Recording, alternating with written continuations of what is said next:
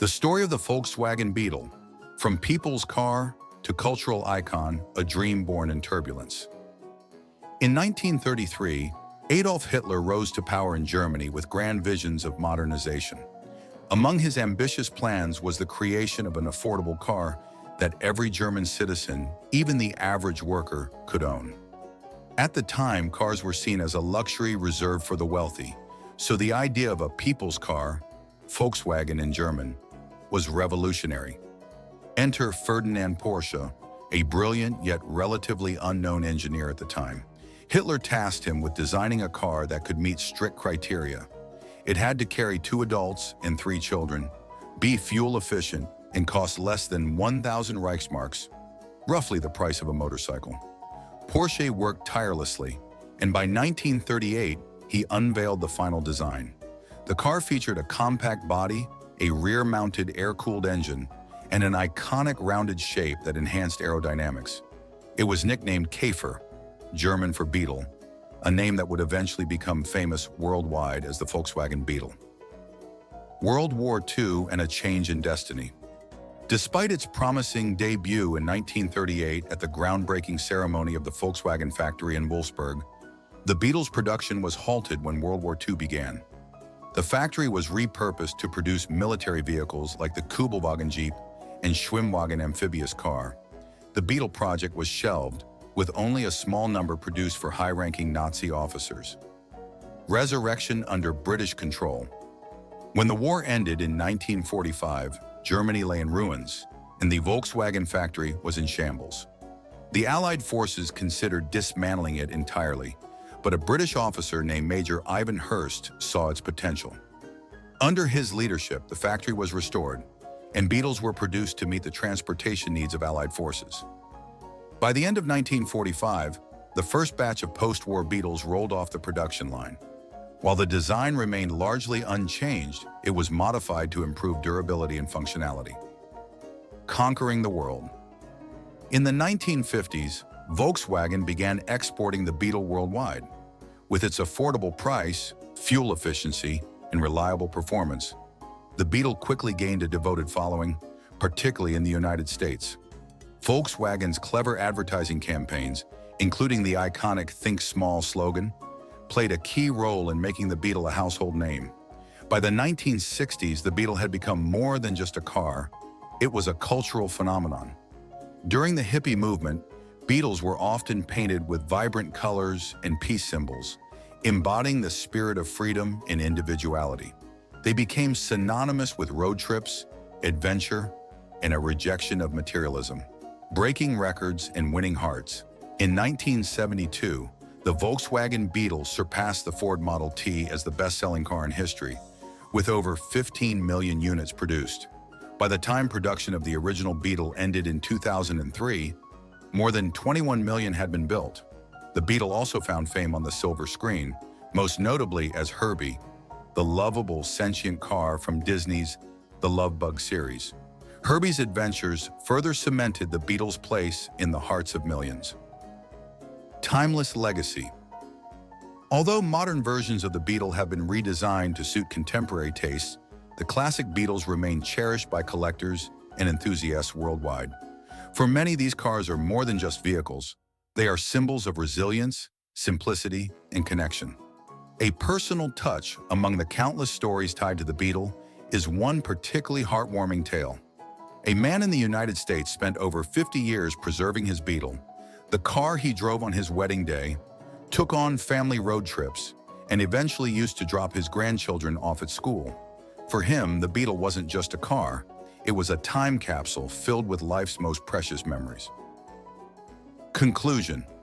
The Volkswagen Beetle is a testament to innovation, perseverance, and the power of great design. From its beginnings as a political project to becoming a global cultural icon, the Beetle's story is one of transformation, triumph, and enduring appeal. It reminds us that even the humblest creations can leave an indelible mark on the world.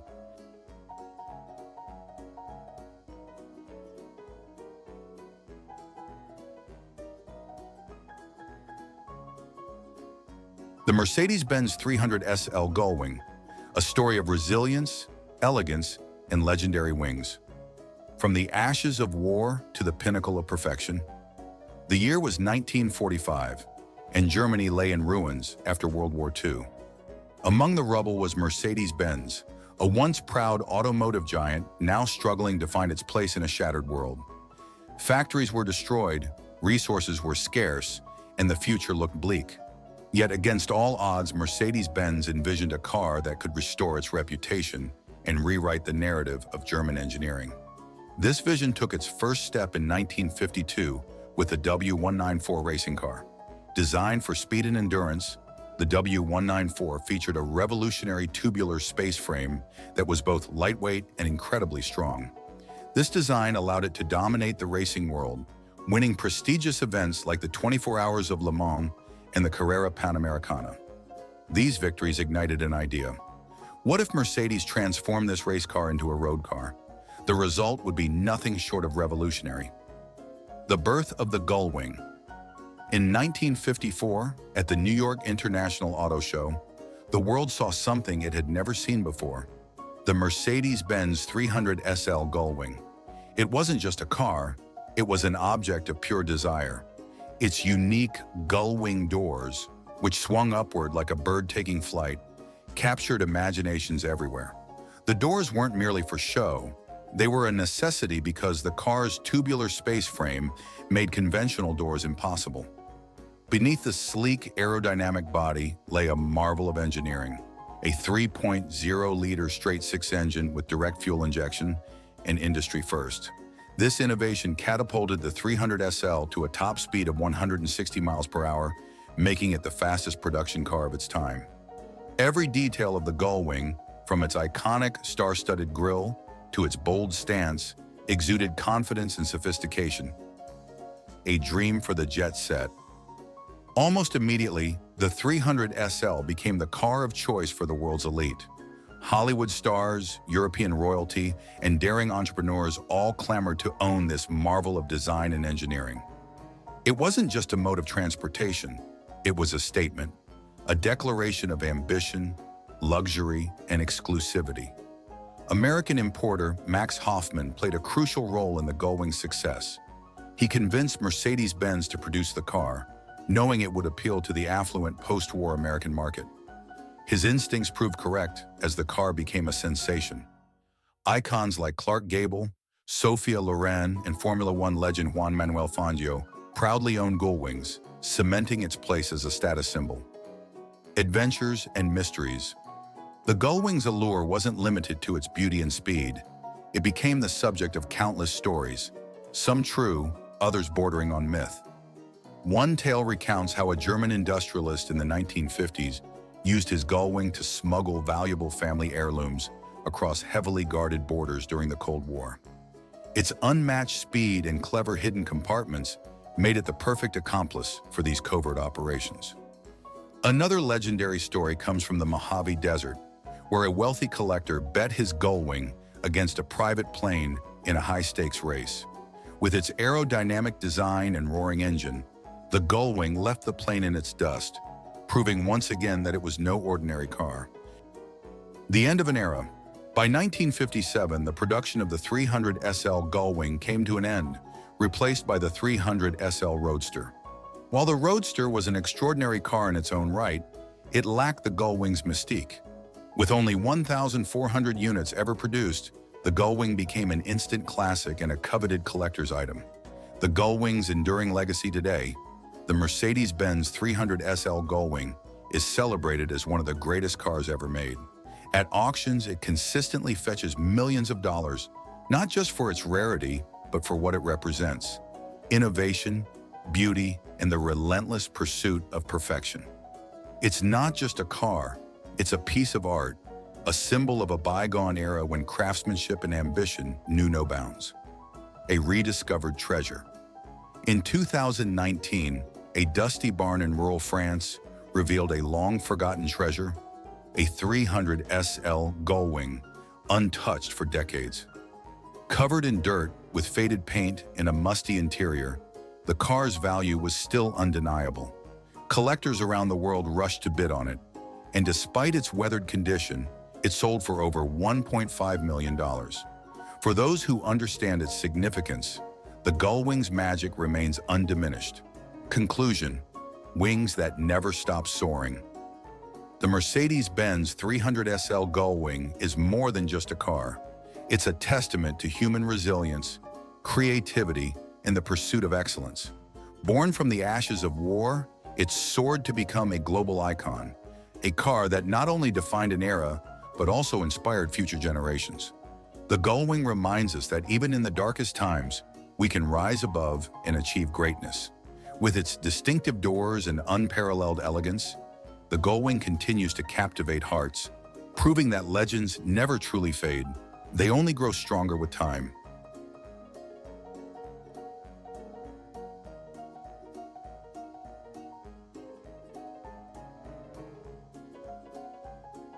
The Ford Mustang 1965, America's first pony car in the spirit of freedom.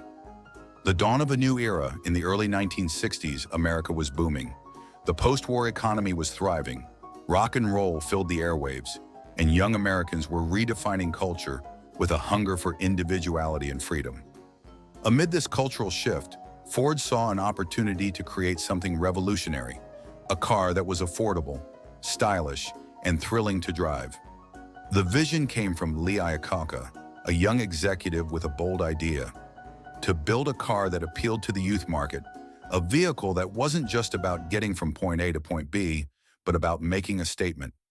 Ford's engineers and designers set to work, crafting a car that would capture the essence of the American dream. The result? The Ford Mustang. The birth of the Mustang. On April 17, 1964, at the World's Fair in New York, Ford unveiled the Mustang. It was an instant sensation. Advertised as the car designed to be designed by you, the Mustang offered a level of customization never seen before. Buyers could choose from a range of engines, colors, and interior options, making each Mustang unique. Its sleek, sporty design turned heads, but what truly captured hearts was its price. At just $2,368, the Mustang was within reach of the average American. It wasn't just a car, it was a lifestyle. Ford sold over 22,000 Mustangs on its first day and over 1 million in its first 2 years. The Mustang's role in American culture. By 1965, the Mustang was more than a car. It was a cultural phenomenon. It starred in movies, appeared in songs, and became a symbol of rebellion and freedom. Steve McQueen's Mustang and Bullet epitomized cool, while the Beach Boys' hit 409 celebrated its speed. The Mustang was particularly beloved by young Americans. For high school graduates, it was a dream car, a promise of independence and adventure.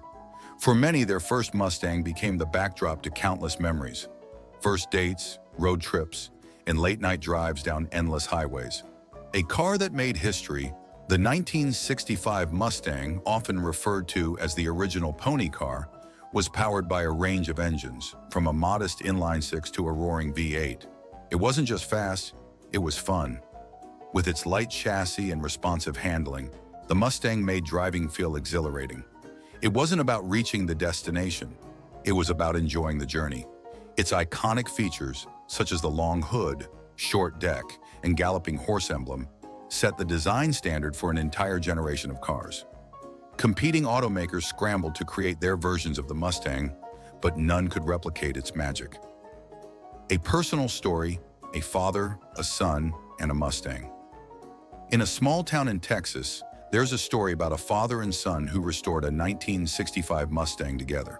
The car had been sitting in a barn for decades, its red paint faded and its engine silent. For the father, the Mustang was a reminder of his youth, his first car, the one he drove to prom, and the one he raced down country roads with the top down. For the son, it became a chance to connect with his father in a way words couldn't express.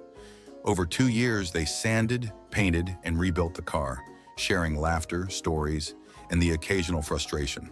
When they finally took the restored Mustang out for its first drive, the son said he could see a sparkle in his father's eyes, a reflection of the young man he used to be. That Mustang became more than just a car.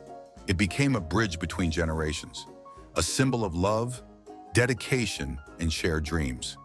The Mustang's legacy. Nearly 6 decades after its debut, the Ford Mustang remains an icon.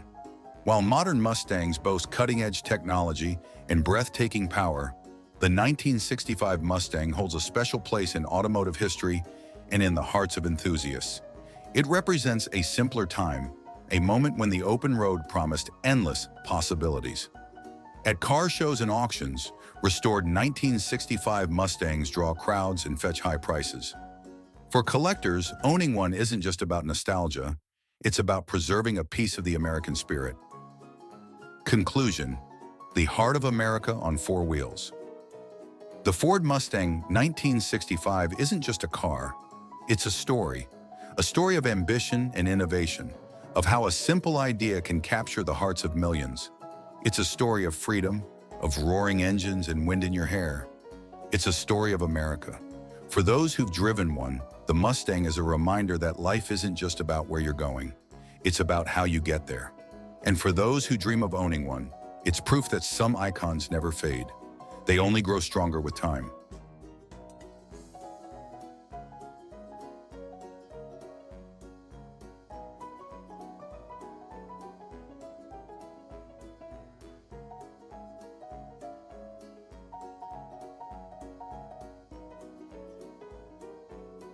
The story of the Chevrolet Corvette C1, the birth of America's sports car. The American dream takes shape. In the early 1950s, America was experiencing a post-war renaissance. Soldiers returned home, the economy was booming, and families were flocking to buy new homes, appliances, and cars. But one thing was missing: a true American sports car. Europe had its Jaguars, MGs, and Ferraris, but American automakers hadn't yet embraced the idea of a lightweight, performance-driven car. Harley Earl, the visionary head of General Motors' design department, saw an opportunity. Inspired by European sports cars, he envisioned a car that would blend American style with European agility. In 1951, Earl began sketching what would become the Chevrolet Corvette, named after a nimble warship known for its speed and maneuverability. A star is born. The Chevrolet Corvette made its debut on January 17, 1953, at the Waldorf Astoria Hotel in New York City as part of GM's Motorama Showcase. The crowd was captivated. With its sleek fiberglass body, long hood, and short rear deck, the Corvette looked like nothing else on the road. It was sporty, elegant, and thoroughly modern. Only 300 Corvettes were produced in 1953, all hand-built in Flint, Michigan. Each one was painted polo white with a red interior and powered by Chevrolet's Blue Flame inline-6 engine. Although the engine produced a modest 150 horsepower, it was paired with a 2-speed Powerglide automatic transmission, making it easy to drive. Initial struggles. Despite its stunning looks, the first Corvette wasn't perfect. Critics noted its lackluster performance and rudimentary handling. Sales were slow, and by 1954, the Corvette's future was uncertain. Ford's introduction of the Thunderbird, a direct competitor, only added pressure on Chevrolet to improve their sports car. But GM wasn't ready to give up. In 1955, they made a bold move. They fitted the Corvette with a new 265 cubic inch V8 engine and offered a 3-speed manual transmission. This upgrade transformed the car's performance and marked the beginning of the Corvette's rise as a true sports car. The Corvette becomes a legend. By 1956, the Corvette had undergone a complete redesign. It now featured a more aggressive grille, sleek side coves, and a removable hardtop. Performance improvements continued, and the Corvette began to shine on the racetrack. Legendary driver Zora Arkus Duntov, often called the father of the Corvette, played a crucial role in refining the car's engineering and establishing its racing pedigree. The Corvette's newfound performance and style turned it into an icon. Hollywood took notice, and the car began appearing in movies and TV shows, cementing its status as a symbol of speed and sophistication. By the end of the 1950s, the Corvette was no longer just a car. It was a dream machine, a personal tale, the veteran's Corvette. In 1960, a young veteran named Jack returned home from serving in the Navy. With his first paycheck, he bought a 1957 Corvette in Venetian red. For Jack, the Corvette wasn't just a car, it was freedom. It represented the open road, the thrill of possibility, and the joy of starting fresh. Jack spent weekends racing his Corvette at local drag strips, earning a reputation as one of the fastest drivers in town. Decades later, as Jack grew older, he kept the car, maintaining it meticulously. On his 80th birthday, Jack's grandchildren surprised him by restoring the Corvette to its original glory. When he took the wheel again, tears welled up in his eyes. "This car," he said, "is my life in metal and fiberglass." A timeless symbol, the Corvette C1, produced from 1953 to 1962, laid the foundation for one of the most enduring automotive legacies in history. Today, it's celebrated as a classic, a car that represents American ingenuity and ambition. Restored C1s are sought after by collectors, with pristine examples fetching hundreds of thousands of dollars at auction. The spirit of the Corvette. The Chevrolet Corvette C1 wasn't just a car, it was a revolution. It showed that American automakers could build a sports car that rivaled Europe's best. It captured the optimism and innovation of the 1950s, a time when anything seemed possible. Even now, every Corvette on the road carries the DNA of the original C1, bold, beautiful, and built for adventure. It's more than just a car, it's the heartbeat of America.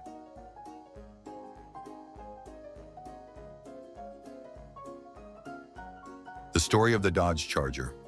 1969, a rebel on four wheels, the muscle car revolution. In the late 1960s, America was gripped by the muscle car craze. The streets roared with powerful V8 engines, and every major automaker was vying to create the ultimate performance machine. Dodge, a brand known for its rugged and aggressive designs, decided to take the competition head-on. The result? The 1969 Dodge Charger, a car that wasn't just built for speed, but for breaking the rules. The Charger wasn't Dodge's first attempt at a muscle car, but the 1969 model was different. It wasn't just a car, it was a statement. With its bold, aggressive styling, hidden headlights, and unmistakable Coke bottle curves, the Charger looked like it was ready to devour the road. But it wasn't just about looks. Under the hood, the Charger packed serious power. A machine built to dominate.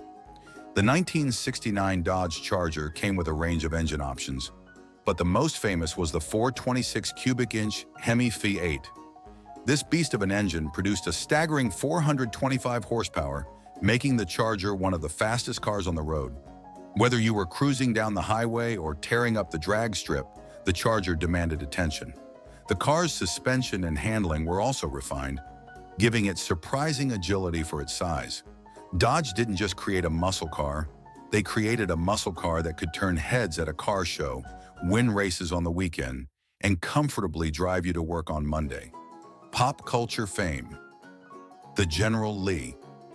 The Charger's reputation skyrocketed in the 1980s when it became the star of the Dukes of Hazzard, a hit TV show that featured a bright orange 1969 Charger nicknamed the General Lee.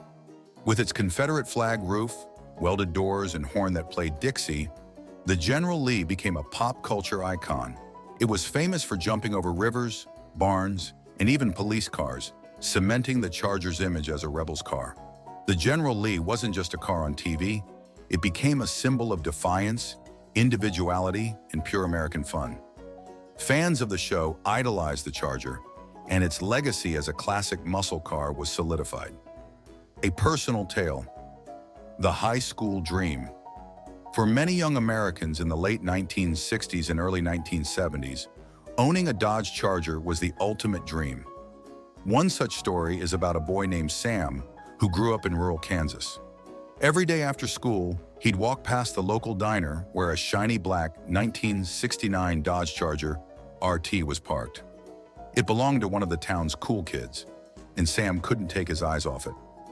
Sam spent 2 summers working odd jobs, mowing lawns, fixing fences, and even cleaning horse stalls to save up for his own Charger. In 1973, he finally bought a used one. It wasn't perfect, The paint was chipped and the engine needed work. But for Sam, it was a dream come true. Sam spent countless nights in the garage learning to fix the car himself.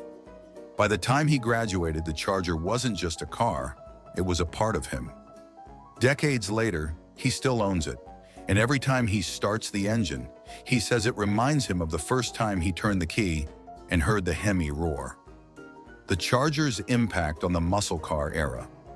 The 1969 Dodge Charger wasn't just a car, it was a defining symbol of the muscle car era. It represented freedom, power, and rebellion against conformity. While many muscle cars faded into obscurity during the 1970s due to rising insurance costs and stricter emissions regulations, the Charger's legacy endured. Car enthusiasts around the world still admire the 1969 Charger for its perfect blend of performance and style. Restored examples often fetch six-figure prices at auctions, and many modern muscle cars, including the Dodge Charger Hellcat, draw inspiration from the 1969 model. A timeless rebel.